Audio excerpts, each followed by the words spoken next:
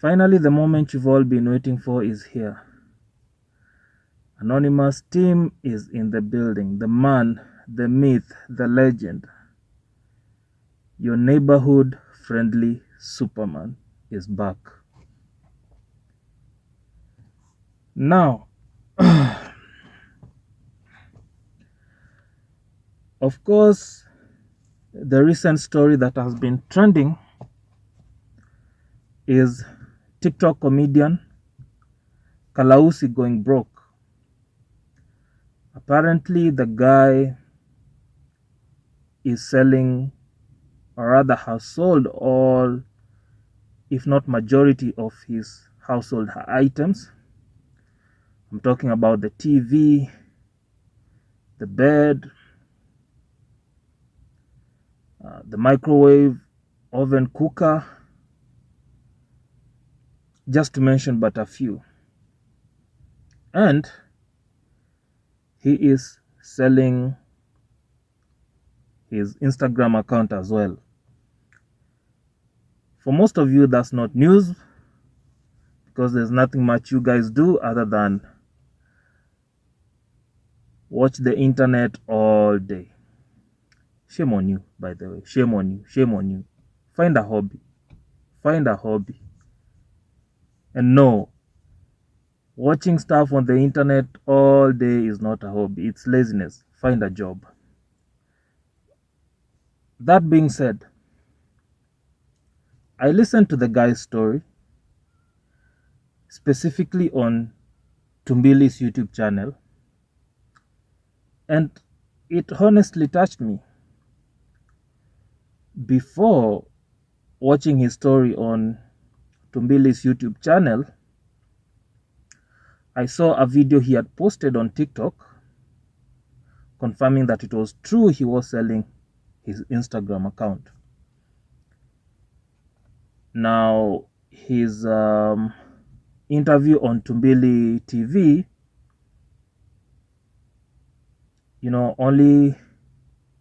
only went further to highlight the gravity of the situation.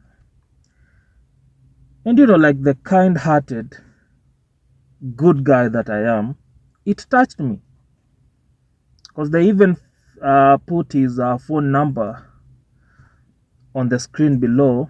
If you have something, you send the guy. And I had something I wanted to send the guy. But before I sent the guy something small, I decided, hey, let me share this with a few friends of mine. Let me share the video, the interview from Tumbili's YouTube channel. Let me share it with a few friends of mine so that hopefully I can rally up a few guys to also check out a few coins for the guy. Unaona, he did mention that anything small would help. Ataka mtu atatuma 10 bob, of course ina help bro. 10 bob ni sukuma wiki. Mwingine akituma 26 bob, hiyo ni unga ya kupima. Pardon me guys, I'm not making light of the situation. If you've been on my YouTube channel long enough, then you know I'm a sarcastic motherfucker. Now, I share to one of my friends and I tell him, bro, unajua siku hizi, if I see someone crying amesota, even though on the outside it seems like they have money, siwezi judge because people fight a lot of battles out here.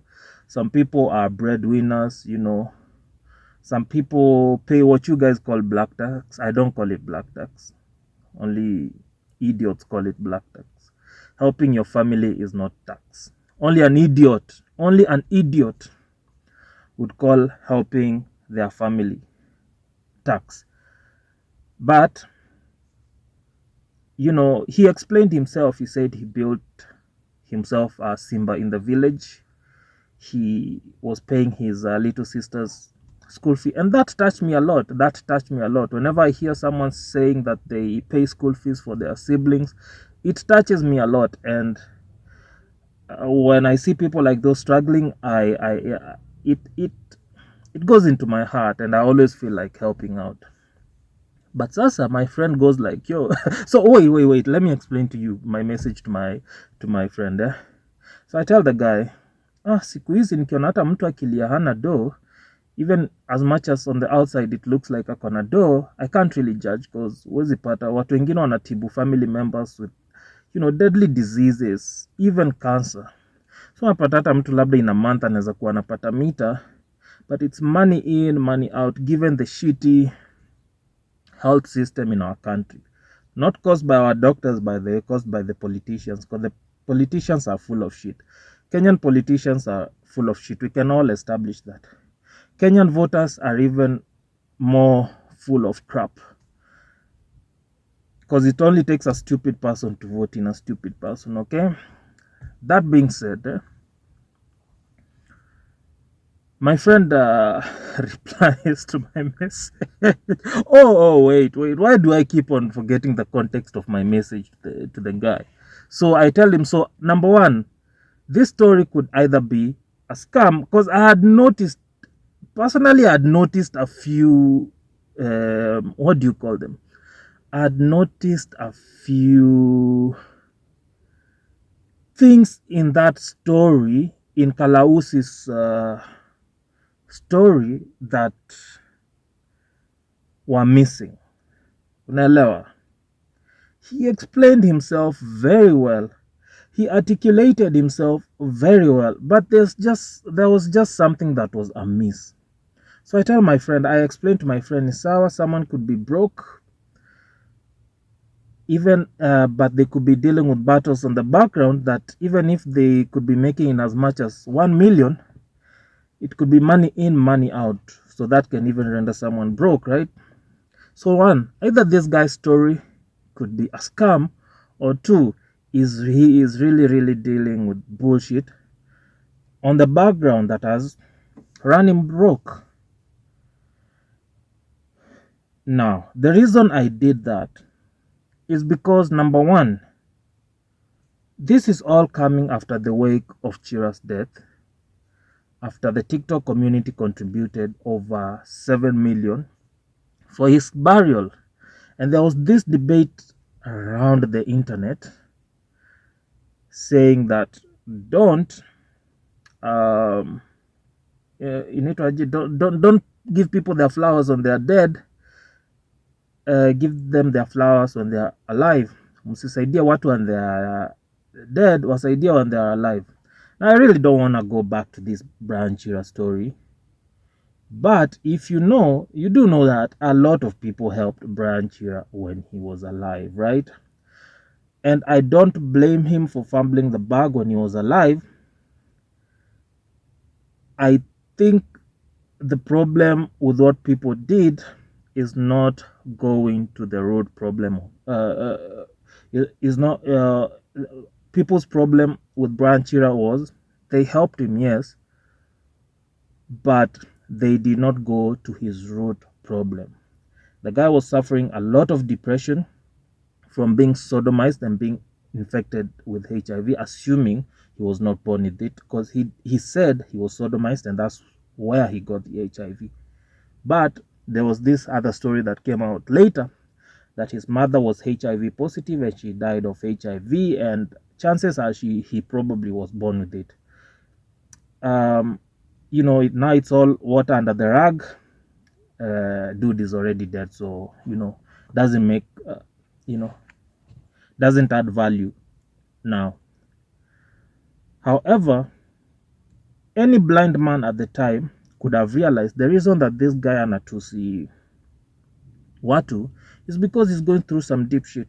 So in as much as they were helping him financially, number one, they could have at least paid for some counseling sessions for this guy. Because personally, I understand, I have done that for someone before. I have paid for counseling for someone, and eventually it ended up helping this person and helping improve this person's view on life and things like that.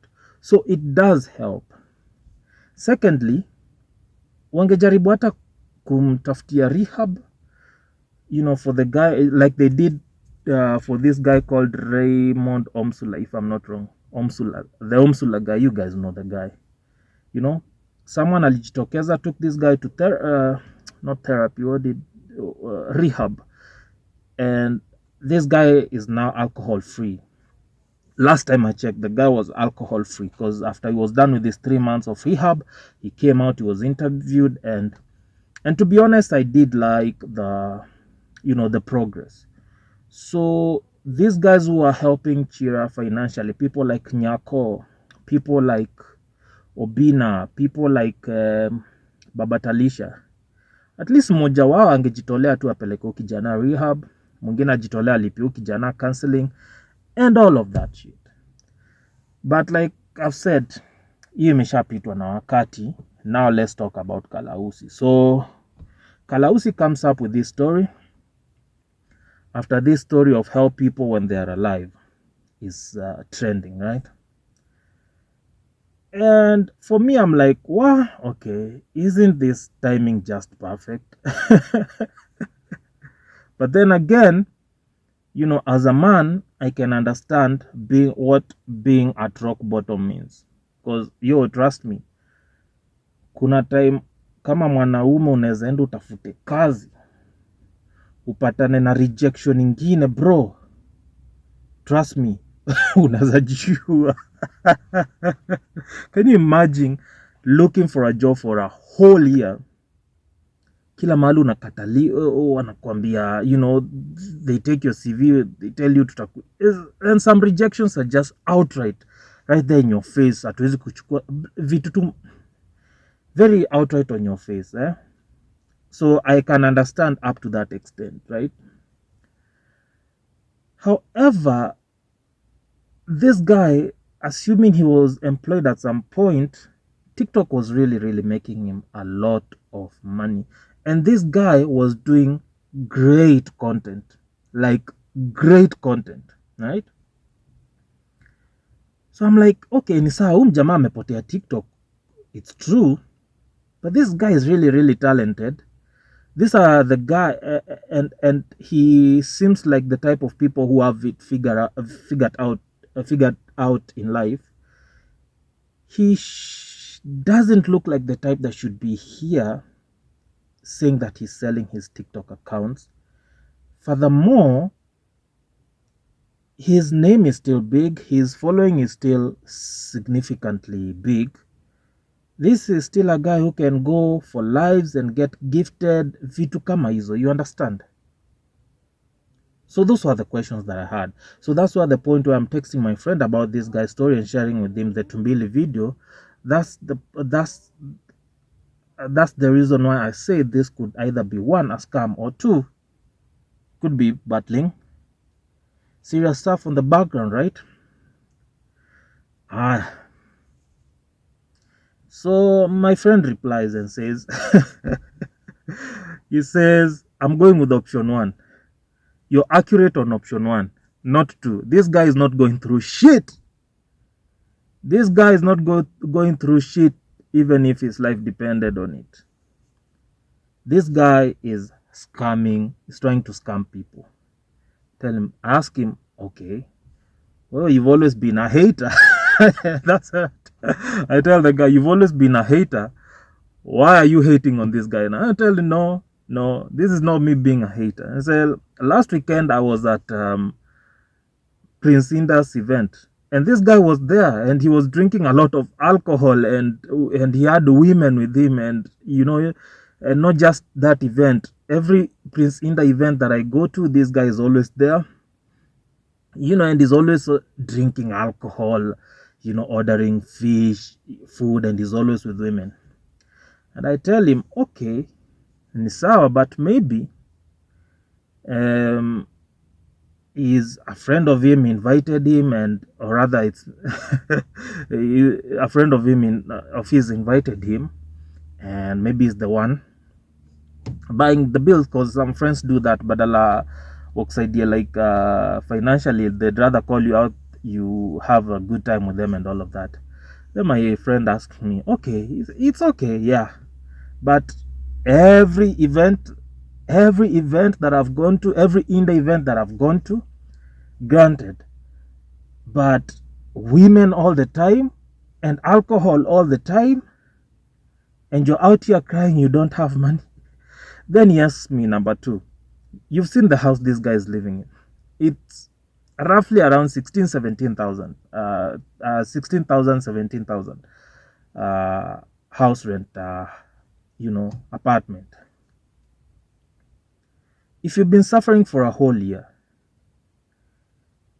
don't you think you could have upgraded? So unajua, this time we're back and forth and I'm trying to defend my guy Kalausi. But the more I'm trying to defend Kalausi, the more my friend makes sense. So I tell him, okay, maybe friends have been paying for his house rent, and you also, unajua pia, saving up money to move, even if it's to a smaller house, is not easy. But then again, enyewe, if you're living in a 1-bedroom or 2-bedroom house, and you tell your landlord for the next 1 month or 2 months, because some people pay deposit of 2 months nowadays, but let's go with 1 month. You tell your your landlord, you're not paying the house rent for that unakalia deposit that month, and you decide to move to an 8,500 bed seat. I think your rent ulkolipio mwezi is enough to go pay the deposit and the rent for a bed sitter, right? And even if it's friends who have been helping you pay your rent, assuming it's a 17,000 house rent apartment, you can speak to a few friends. You tell them, hey, I'm moving to a smaller house. Can you guys help me raise, pesa ya kuhamisha vitu, which roughly ranges around 2,000 to 3,000 here in Nairobi, to move with utu to pick up kidogo. So yeah, it does make sense, and all this while I'm trying to defend Kalausi, and in as much as he could really be going through it, not to say people can't, actually people can, but there's one thing that he hasn't really explained in detail, and that is how he got to be broke, or rather, what is the reason for him being broke? Is there someone in his family that is sick, or is there a friend that is sick that he is taking care of, mwenye anafanya pesa zake tu zipotelee, unaona?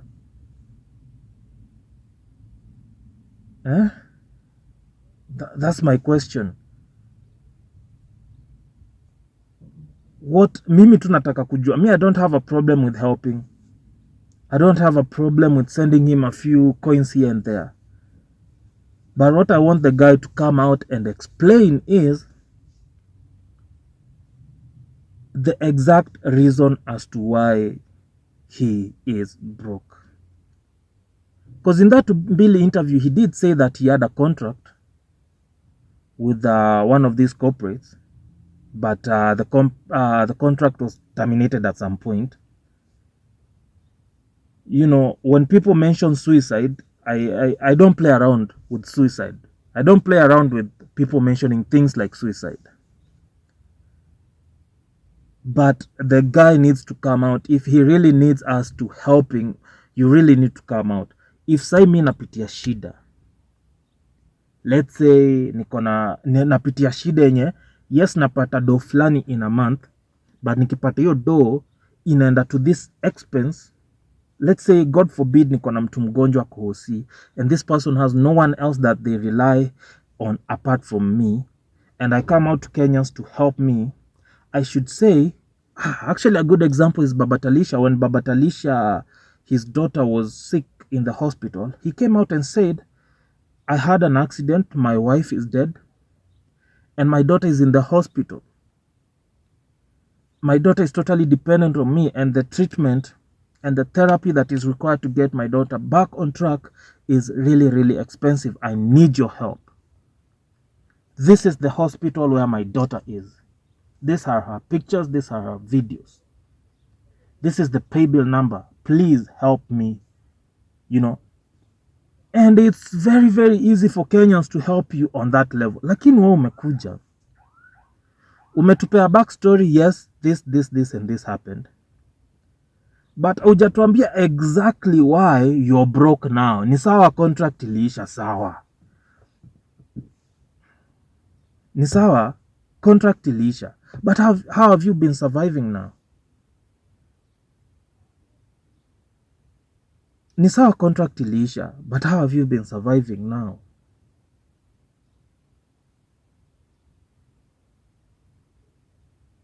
Vile contract iliisha, did you try to approach other corporates? Tell them this is what you do, and this is what you've been doing product placement for this and this company. You can do the same for them, or even better. I mean, unajua, tell us your story, bana. And what exactly do you want Kenyans to do for you? Because I didn't hear the guy anywhere say that he wants a job. Now ni wasanii, when I say a job, hata hizo endorsements, mtu kama Sofa ana sponsor kila mtu. Mtu kama Sofa anapea kila mtu endorsements. And this guy is very multi-talented. This guy is really, really talented. If he just goes back to his, his shit, I'm pretty sure he'll hack it again. I'm not saying that what was wasimsaidie. I'm just saying that there needs to be accountability. We really need to know the exact details for you being broke, right? The exact details for you being broke. Ndo sasa tukuje tukusaidia hizo macoins. Watu wa TikTok wakuchangishie. Wenye watu wako na ka-influence kidogo kama kina Obina wakutafutie nini. Because this guy is not Steve Simple Boy. Eti atatafutiwa contract aanze kusema nini story mingi. You get the point. So yes, Kalausi, we don't have a problem helping. Personally, I don't. But if I'm going to help you, bana, I need a little bit of, a proper backstory as to why you're going through whatever you're going through. So that even when I choose to help you, at the back of my mind, I'm not like, jamani kama ananiosha. You don't want to be helping someone and you're 50-50. When you're helping someone, you want to be all in. Because then again, hii generation ya TikTok manze imezoea handouts. These people live on handouts, right? Those gifts they get, kuenda tu online kusema, kufanya hizo challenges wanafanya, and then they get those gifts. So unajua mse kama amezoea, easy money, and it's a lot of easy money, because this guy has said there's a time in one TikTok live he made 500,000 out of just being gifted lions and stuff. So I think this generation also, this TikTok generation, getting things easy, to some extent makes them feel entitled, and a little bit makes them lazy. But yeah, Kalausi, if you're truly going through it, I'm really sorry, and I wish you nothing but the best. But please come out again, explain to us in detail what exactly you're going through, why you're going through it, so that even if Kenyans are going to help you, wakusaidie na roho moja.